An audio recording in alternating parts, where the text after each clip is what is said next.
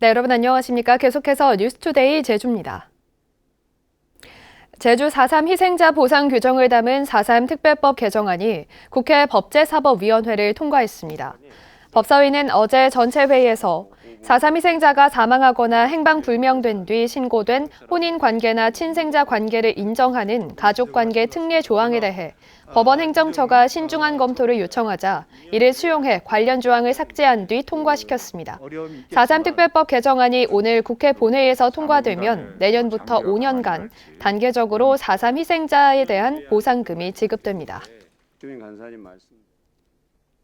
최근 제주에서는 10대 확진자 수가 급증하고 있는 가운데 도내 한 목욕탕에서도 확진자가 방문하면서 집단 감염에 대한 우려가 커지고 있습니다. 제주도가 백신 접종률이 낮은 청소년에 대한 접종을 독려하고 나섰지만 현장 반응은 엇갈리고 있습니다. 김항섭 기자의 보도입니다. 코로나19 집단 감염이 발생한 제주시의 한 중학교입니다. 지난 4일 최초 확진자가 발생한 이후 학생과 교직원 900여 명이 검사를 받아 58명이 확진 판정을 받았습니다. 학생을 전부 검사시켜보고 그다음 교사도 전부 같이 들어갔던 선생님들 전부 검사를 해봤더니 그렇게 돼버렸어요. 최근 일주일 사이에 발생한 확진자 가운데 10대가 30%를 넘으면서 방역당국이 청소년 백신 접종 독려에 나섰지만 학교 현장의 의견은 분분합니다. 코로나 걸리면은 기본적으로 몸 상태가 안 좋아지고 그러면부터 공부도 덜 하게 되고 일단 가족들도 걱정되기 때문에 접종은 필요하다고 생각합니다. 굳이 부작용이 이렇게 많은 상황에서 지금 굳이 그걸 강제로 이렇게 맞출 필요가 있나 이렇게 생각이 듭니다. 게다가 내년 2월부터 학원과 독서실 등에도 백신 패스가 적용되면서 사실상 의무 접종이라는 지적도 나오고 있습니다.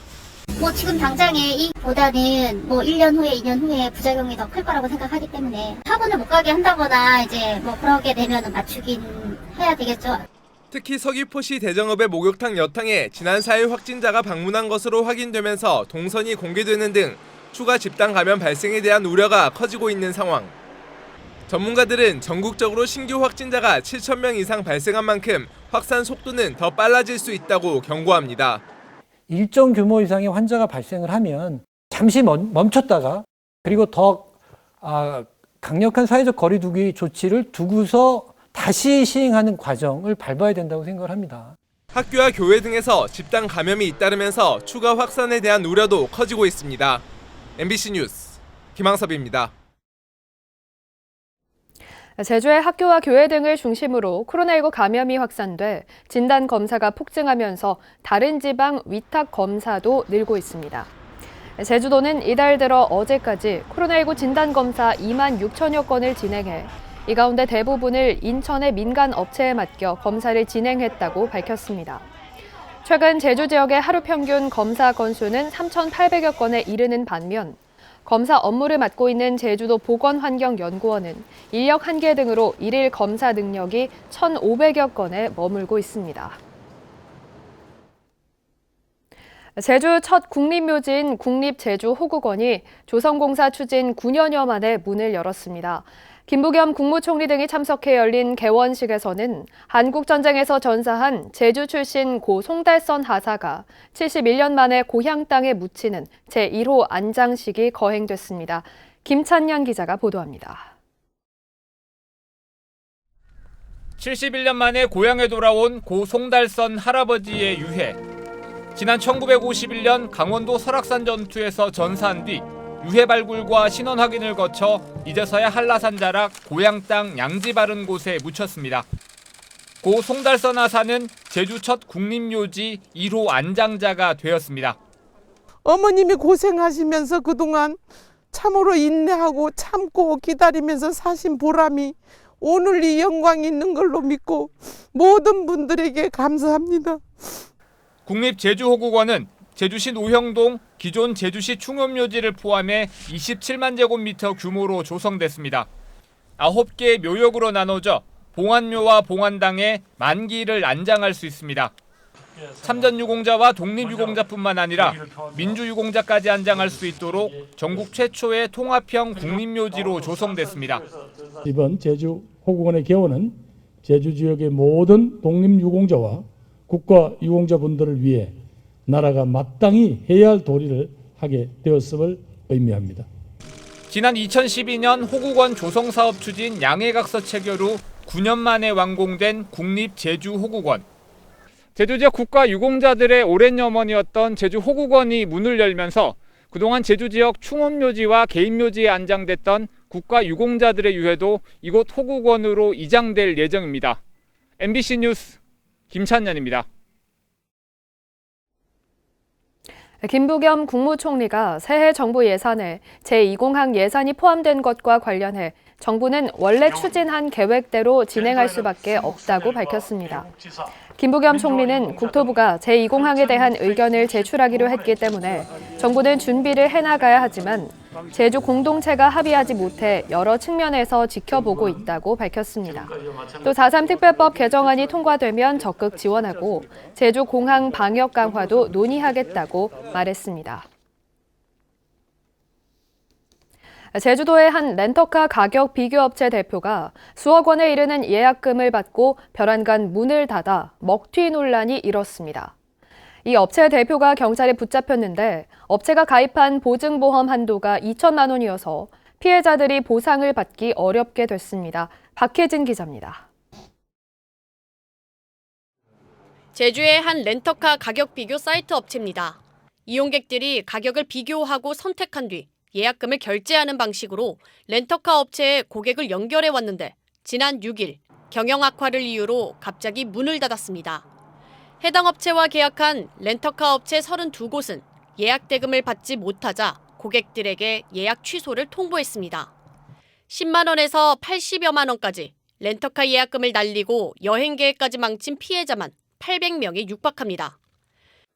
예약금을 받아갖고 그냥 잠적해서 전화도 안 받고 그냥 참 답답하고 아주 돈도 돈이지만은 아주 상당히 기분이 상당히 언짢죠. 상하고. 경찰은 업체가 일방적으로 폐업을 통보한 지 이틀 만에 업체 대표 27살 A씨 등 2명을 사기 혐의로 입건했습니다. 하지만 피해자들이 예약금을 돌려받기는 쉽지 않아 보입니다. 해당 업체가 가입한 보증공제 보험 한도가 2천만 원에 불과해 한 건당 보상액은 2만 원 안팎에 그치기 때문입니다. 카드사들도 피해자들의 결제 취소와 환불 요청을 접수하지 않거나 확인 절차가 필요하다며 늑장 대응하고 있습니다. 워낙 접수하는 사람이 많다 보니까 일일이 다 확인을 해야 되기 때문에. 한편 해당 업체와 계약한 렌터카 업체들이 받지 못한 예약금도 4억여 원에 이르는 가운데 제주도 렌터카 조합은 해당 업체를 대상으로 민형사 소송에 나설 계획입니다. MBC 뉴스 박혜진입니다.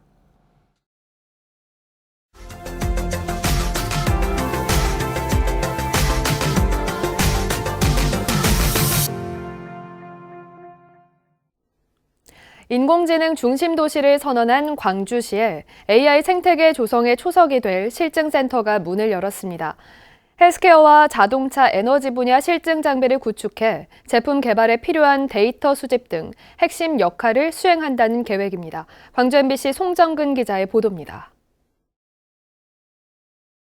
한 남성이 센서가 설치된 매트 위를 지나갑니다. 평상시와 똑같은 걸음걸이로 천천히 왕복한 뒤 자신의 보행 패턴을 숫자로 확인합니다. 왼발과 오른발 걸어갈 때 수치나 이런 부분별로 걸어갈 때 다리에 들어가는 힘 이런 부분들을 비교해서 정상 수치에서 얼마나 벗어나 계신지. 발의 압력과 관절의 이상 여부를 걸음걸이로 확인하는 헬스케어 실증 장비입니다. 이 같은 헬스케어 실증 장비 10여 종이 빛고울 노인건강타운 안에 마련됐습니다. 평상시에는 자신의 건강 상태를 수시로 체크할 수 있고 의료기기를 개발하는 AI 업체는 이 데이터를 기반으로 제품을 개발하는 등의 의료 생태계가 조성된 겁니다. 이 데이터들은 또 AI 의료 지원 플랫폼을 만드는 데에도 활용되고 시민들은 플랫폼을 통해 온라인 협진 서비스 등도 이용할 수 있습니다. 헬스케어 센터 같은 그런 데서 자유롭게 데이터를 생성하고 보냄으로 인해서 빅데이터를 통한 건강관리를 할 수 있는 그런 여건 조성이 가능합니다. 인공지능 직접단지 조성 사업의 하나로 마련된 실증센터는 광주 지역 특화 산업인 헬스케어와 자동차, 에너지 분야에 2023년까지 645억 원을 투입해 실증 장비 77종을 단계별로 구축합니다. 이를 통해 인공지능 기업과 연구기관 등에 단계별 실증 테스트 환경을 제공함으로써 산업 육성의 기폭제가 될 것으로 기대되고 있습니다. 향후에 인공지능 제품, 서비스, 모든 기술이 사업화되고 이 생태계 속에서 기업들이 진정 성공할 수 있도록 최선을 다해서 지원하도록 하겠습니다. 최근 AI 직접단지 착공식을 진행하면서 AI 혁신 거점으로 거듭나겠다고 포부를 밝힌 광주시. 앞으로 중점적으로 추진할 특화산업 실증센터까지 문을 열면서 AI 생태계 조성에 더욱 박차를 가하고 있습니다. MBC 뉴스 송정근입니다.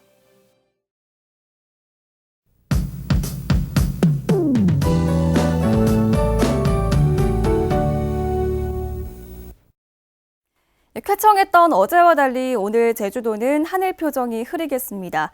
날은 흐리지만 여전히 예년 기온을 웃돌면서 큰 추위는 없겠는데요. 큰 일교차에 건강 유의하시기 바랍니다.